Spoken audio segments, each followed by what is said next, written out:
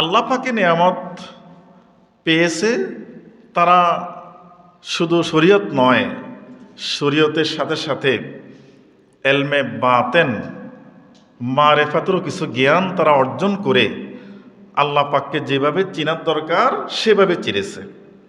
কারণ শুধু শরীয়ত মানলেই চলবে না, সাথে সাথে এলমে মারেফাতেরও কিছু জ্ঞান আমাদের যদি না থাকে তাহলে আমরা পরিপূর্ণ মুমিন হতে পারবো না। আল্লাহ পাক কোরআনে মাজিদে বলেন, قد أفلح من زكاها وقد خاب من دساها। আল্লাহ পাক বলেন, তারাই সফল কাম বিজয় অর্জন করেছে, সফল কাম সাফল্যমণ্ডিত হয়েছে। কারা? কদ আফলাহা মান জাক্কাহা, যারা তাসকিয়া অর্জন করতে পেরেছে, অর্থাৎ আত্মাকে পরিশুদ্ধ করতে পেরেছে। আল্লাহ পাক বলছেন যে এলমে শরীয়ত তো পালন করবেই, সাথে সাথে যারা আত্মাকে পরিশুদ্ধ করতে পেরেছে তারাই সফল কাম হয়েছে। আর যারা এই কাজটা করে নাই, আত্মাকে পরিশুদ্ধ করতে পারে নাই, বিভিন্ন ভাবে কলুষিত করে রেখেছে, তাদের কি অবস্থা? আল্লাহ পাক এই আয়াতে পরবর্তী অংশে বলেন, অকদ খাবা মান দাসসাহা, আর যারা তার অন্তরটাকে ময়লা আবর্জনা দ্বারা কলুষিত করেছে, আচ্ছাদিত করে ফেলেছে, তারাই ধ্বংস এবং নৈরাশ হয়ে গিয়েছে। আল্লাহ পাক বলছেন, তাহলে যারা আত্মাকে পরিশুদ্ধ করতে পেরেছে তারাই সফল কাম, যারা আত্মাকে কলুষিত করেছে গুনাহের দ্বারা তারা হয়ে গেছে ধ্বংসপ্রাপ্ত, তারা হয়ে গেছে নৈরাশ, পরকালীন জীবনে তারা একটা বিপদের মধ্যে পড়ে যাবে। তাহলে এই আয়াত থেকে আমরা বুঝতে পারি মানুষ দুইটা অংশ, অন্তরের দুইটা অংশ। অন্তরে একটা হলো যে সে পরিশুদ্ধ করবে অথবা করবে না। অন্তরকে পরিশুদ্ধ করতে পারলে আফলাহা, সে সফল কাম। অন্তরকে যদি পরিশুদ্ধ করতে না পারে তাহলে মানুষটা কি? অকদ খাবা, সে ধ্বংস, নৈরাশ। অন্য আয়াতে আল্লাহ পাক বলেন, فإنه لا تعمى الأبصار ولكن تعمى القلوب التي في الصدور। এই আয়াত আল্লাহ পাক উল্লেখ করতেছেন বিশেষ করে মক্কার কাফেরদেরকে উদ্দেশ্য করে বলেন, এরা বিভিন্ন জায়গায় সফর ভ্রমণ করে বিভিন্ন নবীদের অনুসারীরা যারা নবীকে অমান্য করেছে, মুসা আলাইসাল্লাম, ঈসা আলাইসাল্লাম, ইব্রাহিম আলাইসাল্লাম, এরকম নবীদের সাথে যারা আপনার বিরোধিতা করেছে, তাদেরকে কথা না শুনেছে, আল্লাহ পাক সেই জাতিগুলোকে কিভাবে ধ্বংস করে দিয়েছে সেগুলা মানুষ যদি দেখে তাহলে বুঝতে পারবে এই নবীর উপরও যদি মানুষ যদি ঠিকমতো হুকুম আহকামগুলা মেনে না চলে, বিশ্বাস না করে, এই জাতীয় আল্লাহ পাক কি করবেন? ধ্বংস করে দিবেন। তো মানুষগুলো যখন এই জিনিসগুলো দেখে, দেখার পরও যখন মানুষ সেটা থেকে ইব্রত হাসিল করে না, বুঝতে পারে না, তাদেরকে উদ্দেশ্য করে আল্লাহ পাক বলেন, ফাইন্নাহু লা তা'মাল আবসার, তাদের বাস্তব চর্মচক্ষু অন্ধ হয় নাই, চোখ খুলতেছে, দেখতেছে, স্বাভাবিক চোখ ঠিক আছে। আল্লাহ বলতেছেন তাদের চর্ম যে চক্ষুটা, প্রকাশ্য যে চক্ষুটা, এটা তাদের কোনো অন্ধ হয় না, এটা ঠিক আছে। বরং ওয়ালাকিন তা'মাল কুলুব, বরং তাদের অন্তর্চক্ষু অন্ধ হয়ে গেছে, অন্তর দিয়ে ভালো জিনিসটা তারা উপলব্ধি করতে পারে না, দেখে না। আর এই কুলুবটা কোন জায়গা থাকে? আল্লাহ পাক বলেন, আল্লাতী ফিস সুদূর, যেটা বক্ষে অবস্থিত, অর্থাৎ বুকের বাম পাশে একটা গোস্তের টুকরা রয়েছে, এটার নাম কলব। এই কলবের একটা আত্মার অন্তর্চক্ষু রয়েছে। এই অন্তর্চক্ষু দিয়ে যারা ভালো মন্দকে বিচার করতে পারে, আল্লাহ পাককে চিনতে পারে, তারাই সফল কাম। তো এই আয়াতও বোঝা যায় আল্লাহ পাক যে দুটো চক্ষুর কথা বলেছেন, একটা হলো তার চর্মচক্ষু যেটা দেখা যায়, আরেকটা হলো তাদের অন্তর্চক্ষু, অন্তর দিয়ে ভালোটা অনুধাবন করা, সেই অনুধাবন করতে হবে ফিসসুদুর, যেটা বুকে অবস্থিত, যে কলবটা, কুলুব অন্তরটা, এই অন্তরটা পরিশুদ্ধ করার জন্য দেখেন আমাদের শরীরের মধ্যে যখন জ্বর হয় তখন আমরা অবশ্যই চিকিৎসার ব্যবস্থা করি, ওষুধ খাওয়ার ব্যবস্থা করে থাকি। যখন আবার আমাদের আরও বেশি একটা কাটা পড়ে গেল একটা অঙ্গ, অথবা কারো যদি হার্টের সমস্যা হয়, ডায়াবেটিসের সমস্যা হয়, তাহলে আমরা দ্রুত এটা কী করি, ওষুধ খেয়ে এটা সারার ব্যবস্থা করি। আবার কারো যদি হাড়ের সমস্যা থাকে, সে যদি জ্বরের ওষুধ খায় তাহলে কোনো কাজ হবে না। এমনিভাবে কিছু বান্দা আল্লাহ পাকের রয়েছেন, এই বান্দাগুলো মানুষের অন্তরের যে রোগগুলা রয়েছে, রোগগুলা ধরে ধরে সেগুলা চিকিৎসারও ব্যবস্থা করে থাকেন। কিভাবে অন্তরটাকে পরিশুদ্ধ করা যায়, এটার জন্য ব্যবস্থা রয়েছে।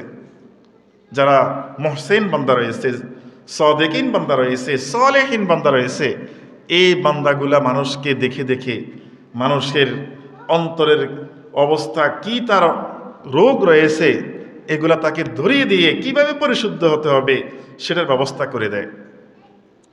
আল্লাহ পাক এই উদ্দেশ্য করে কোরআন মাজিদে ইরশাদ করেন, ইয়া আইয়ুহাল্লাযীনা আমানুত্তাকুল্লাহা ওয়া কুনু মা'আস সাদিকিন।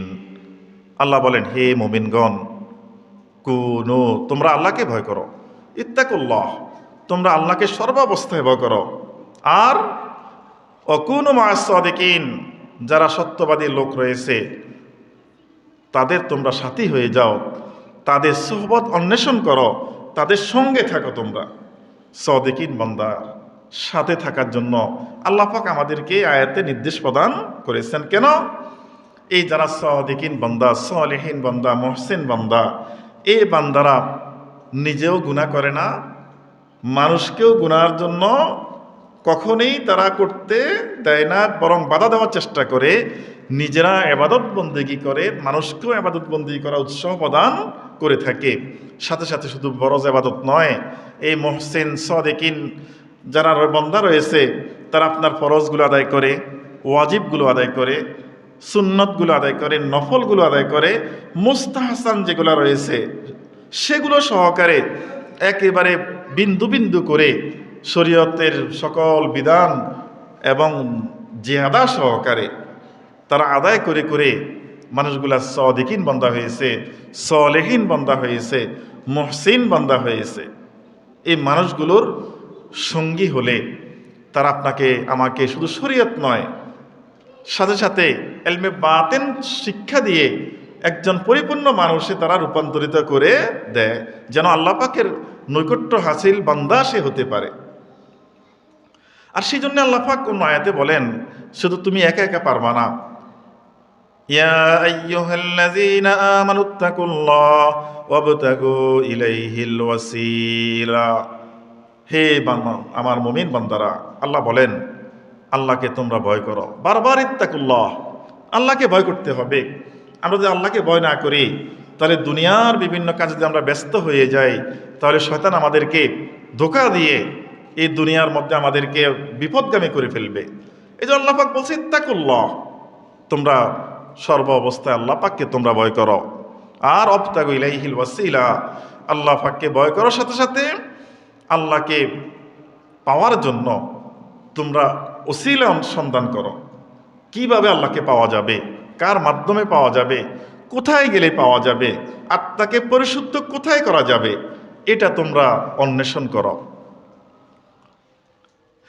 এই অন্বেষণের জন্য মানুষ দেখেন, আমরা মনে করি আমাদের নামাজ কালেম আমরা পড়তে পারি, ওজুদাস করতে পারি, গোসল করতে পারি, তায়াম্মুম করতে পারি, কিভাবে আমরা চলতে হবে সেটা আমরা জানি। এই দ্বারাই মনে হয় যেন আমরা মুক্তি পেয়ে যাব।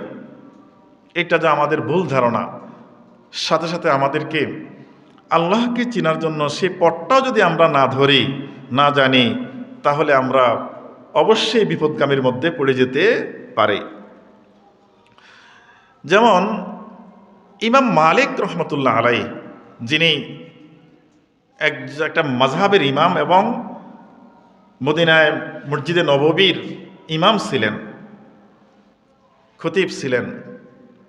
তিনি উক্তি করেছেন, قال الإمام مالك رحمة الله عليه من تفكه ولم يتصوف فقد تفسك ومن تصوف ولم يتفكه فقد تزنزك ومن جمع بينهما فقد تحقق।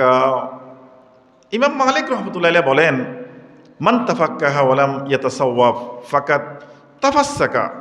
যে ব্যক্তি কোনো আলেম উদ্দেশ্য করে বলে নাই, আলেম হতে পারে, সাধারণ মানুষ হতে পারে, যে কোনো ব্যক্তি হতে পারে, যে ব্যক্তি মান তাফাক্কাহা, সে শরীয়তের সকল এলেম অর্জন করলো, জাহিরি যত এলেম রয়েছে, জাহিরি এলেম, নামাজ পড়বে, রোজা রাখবে, হক হালালি চলবে, এই এলেমগুলো সে অর্জন করেছে। নামাজ কিভাবে পড়বে, ওযু কিভাবে করবে, গোসল কিভাবে করবে, সব কিছু জেনেছে, কিন্তু ওয়ালাম ইয়াতাসাওয়াফ, এলমে বাতিন যেটা রয়েছে, আত্মাকে পরিশুদ্ধ করা যে এলেম রয়েছে, সে এলেম যদি সে শিক্ষা না করে, তাহলে সে, ইমাম মালিক বলতেছেন, ফাকাত তাফাসসাকা, সে নাফরমান ফাসেক এর কাতারে হয়ে যাবে, নাউজুবিল্লাহ। আর অনেক মানুষ দেখবেন আপনার নামাজ পড়ে না, শুধু বসে বসে ধ্যান করে, আর মানুষকে বলে আমি আল্লাহ পাককে পাওয়ার জন্য ধ্যান করছি, কিন্তু নামাজ পড়ে না, রোজা রাখে না, শরীয়ত মতো চলে না। এই মানুষগুলোর ব্যাপারে ইমাম মালিক রহমতুল্লাহ আলাইহি পরবর্তী অংশে বলেন, ওমান তাসাওয়াফা ওয়ালাম ইয়াতাফাক্কাহু ফাকাত তাজানজাক। যদি কোনো ব্যক্তি সে তাসাউফ অর্জন করে, ইলমে বাতিন নিয়ে ব্যস্ত আছে, কিন্তু তার কাছে কোনো শরীয়ত নাই, সে নামাজ আদায় করে না, রোজার মতো রাখে না, শরীয়ত মতো ঠিক মতো না চলে, সে শুধু বসে বসে ধ্যান করে, ইলমে বাতিন চর্চা করে, এই মানুষগুলোকে ইমাম মালিক রহমতুল্লাহ বলেন ফাকাত তাজানজাকা, এরা বেঈমান বন্ড ছাড়া কিছুই নয়। অর্থাৎ শরীয়ত ছাড়া, আগে শরীয়ত ধরতে হবে, শরীয়ত মানার পরে এলমে বাতেনকে ধরে একজন মানুষ পরিপূর্ণতা অর্জন করতে হবে। পরবর্তী অংশে ইমাম মালিক রহমতুল্লাহ আলাইহি বলেন, ওয়ামান জামা বাইনাহুমা ফাকাত তাহাক্কাকা, যে শরীয়ত পরিপূর্ণ সে মানল, সাথে সাথে এলমে বাতেনকে শিক্ষা করে সেটাও সে ধরল, সেই হিসাবে চলল, তিনি বলেন ফাকাত তাহাক্কাকা, সে পূর্ণ মুমিন বান্দা হয়ে গেল। সুবহানাল্লাহ। তাহলে আমরা তার উক্তি থেকে আমরা বুঝতে পারি যে শুধু আমরা এমনি শরীয়ত নয়, এলমে বাতেনের কিছু জ্ঞান আমাদের অন্বেষণ করতে হবে, শিক্ষা লাভ করতে হবে। শিক্ষা লাভ করার দ্বারা আমরা ইনশাআল্লাহ আল্লাহ পাকের একেবারে মাকবুল বান্দা হতে পারবো। কারণ হাদিস শরীফে আছে, আল্লাহ রাসূল সাল্লাল্লাহু আলাইহি সাল্লাম ইরশাদ করেন হাদিস শরীফের মধ্যে, ওয়ান নুমান ইবনুল বাশীর রাদিয়াল্লাহু তাআলা আনহু قال قال رسول الله صلى الله عليه وسلم ألا وإن في الجسد مضغة إذا صلحت صلح الجسد كله وإذا فسدت فسد الجسد كله ألا وهي القلب। বুখারী শরীফ, মুসলিম শরীফ থেকে হাদিস। নুমান ইবনে বাশীর রাদিয়াল্লাহু তাআলা হাদিস বর্ণনা করেন, রাসূল পাক সাল্লাল্লাহু আলাইহি ওয়াসাল্লাম ইরশাদ করেছেন, আলা, সাবধান বান্দারা, উম্মতেরা আমার। সাবধান কেন করা হলো? যেন এটা থেকে কোনো অবস্থা মানুষ বিমুখ না হয়ে যায়, গুরুত্বহীন এটা যেন মনে না করে, অত্যন্ত গুরুত্ব দিয়ে যেন এই বিষয়টা খেয়াল রাখে। সেজন্য আল্লাহ রাসূল বলছেন, আলা, সাবধান, ওয়া ইন্না ফিল জাসাদি মুদগা, প্রত্যেকের শরীরের মধ্যে একটা গোস্তের টুকরা রয়েছে, ইজা সলুহাত সলুহাল জাসাদু কুল্লু, যদি সেই গোস্তপিণ্ডটা সুস্থ থাকে, তার পরিপূর্ণ শরীরটাই সুস্থ রইল। ওয়া ইজা ফাসাদাত ফাসাদাল জাসাদু কুল্লু, আর যদি সেটা নষ্ট হয়ে যায়, রোগাক্রান্ত হয়ে যায় সেই গোস্তপিণ্ডটা, তাহলে তার পুরা শরীরটাই যেন রোগাক্রান্ত হয়ে গেল। এই কথা দ্বারা নিশ্চয় বোঝা যায় সেই গোস্তের টুকরাটা কি, গোস্তপিণ্ডটা কি। আল্লাহ রাসূল বলেন সাবধান, আবার বলতেছে আলা, সাবধান, এই ব্যাপারে তোমরা কখনোই ছাড় দিতে পারবা না। সেটা কি? ওয়াহিয়াল কল, সেই গোস্তের টুকরা গোস্ত পিণ্ডটার নাম হলো কলব। আল্লাহ যেখানে যেটা উল্লেখ করেছেন ফিসসুদুর, সেটা বুকের মধ্যে অবস্থিত।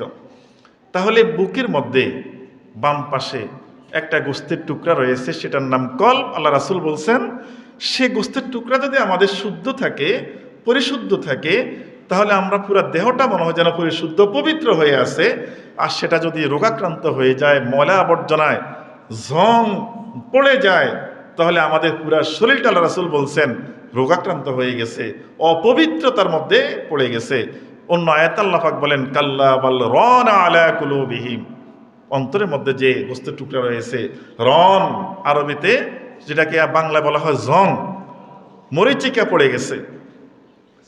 এই যে বারবার বিভিন্ন আয়াতে ৫-৭টা আয়াত দ্বারা যে একটা জিনিস আল্লাহ পাক আমাদেরকে বোঝানোর চেষ্টা করেছেন যে তোমাদের শরীরের মধ্যে একটা গোস্ত পিণ্ড রয়েছে, আল্লাহ রাসূলও বলছেন একটা গোস্তের টুকরা রয়েছে, সেটা যদি শুদ্ধ থাকে, পরিশুদ্ধ থাকে, সুস্থ থাকে, শরীরটাও পরিশুদ্ধ পবিত্র, অশুদ্ধ হয়ে গেলে, অপবিত্র হয়ে গেলে সেটাও অপবিত্র।